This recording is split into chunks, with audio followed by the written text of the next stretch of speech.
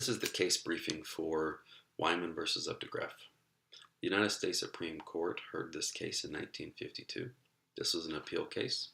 The Oklahoma Supreme Court had upheld the validity of a loyalty oath.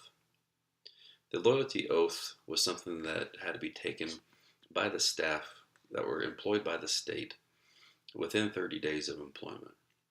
There was a college known as the Oklahoma Agricultural and Mechanical College that failed to have their new employees give this oath within 30 days of employment. Updegraff filed a suit saying that those employees should not be paid until they have taken the oath. The oath basically, from what I understood, was about the Communist Party.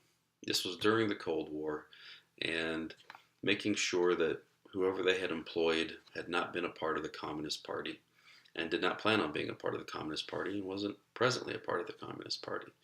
A portion of this stated that they had to claim that 5 years, basically to the day, preceding their giving the oath, that they had not been involved in any type of organization or party that was against the United States. So basically the Communist Party. Now it says the purpose of this act, which was known as the Oklahoma Act, was to make loyalty a qualification to hold public office or be employed by the state. Now, the Supreme Court said the big question here that needed to be answered was whether the Due Process Clause permits a state in attempting to bar disloyal individuals from its employ to exclude persons solely on the basis of organizational membership, regardless of their knowledge concerning the organizations to which they had belonged. So the United States Supreme Court was arguing that an individual may join an organization not fully knowing what that organization is about, or the purpose of that organization may change after an individual has joined that group.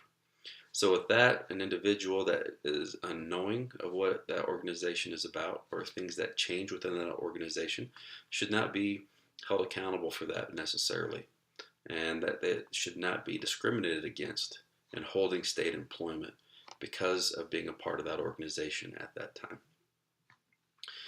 And so the United States Supreme Court says we hold the oath offends due process, and that it is sufficient to say that constitutional protection does extend to the public servant whose exclusion pursuant to a statute is patently arbitrary or discriminatory.